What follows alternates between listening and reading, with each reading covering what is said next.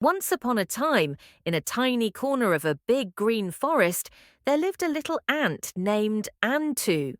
Antu was smaller than most ants, but his heart was filled with huge dreams.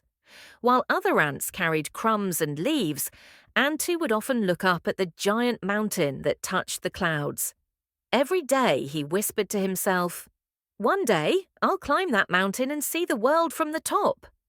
The other ants laughed. "Climb that mountain? You're too tiny," they said. "Your legs are short and the path is long." "Stay with us, Antu but." Antu didn't stop dreaming. He waited for the right morning, when the air was cool and the sky was bright. Then, with a deep breath, he began his journey toward the mountain. The path was rough. He crossed roots as tall as walls, puddles that looked like oceans, and leaves that shook in the wind like giant sails. Sometimes he slipped, sometimes he fell. But every time he got back up and whispered, "Small steps can take me anywhere."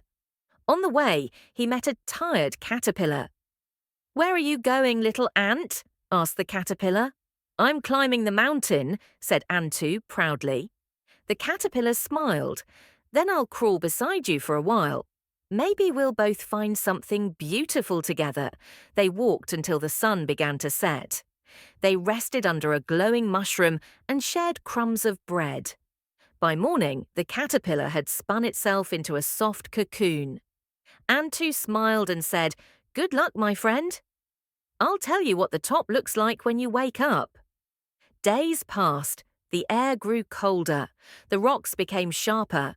Antu's legs trembled, but his dream burned brighter than ever. Finally, one golden morning, he reached the very top. The wind brushed gently over his tiny body as he looked down. And for the first time, he saw the entire forest spread out below him like a green sea. Tears filled his little eyes. "I did it," he whispered. "I really did it." Just then, a shadow passed over him. A butterfly, bright and beautiful, landed beside him. It was his old friend, the caterpillar. The butterfly smiled and said, "You kept climbing, and I learned to fly." We both made it. In our own ways, Antu laughed joyfully, and together they looked at the sunrise painting the sky. And from that day on, whenever someone said, "You're too small to dream big," Antu would smile and answer, "Even the smallest steps can reach the highest dreams."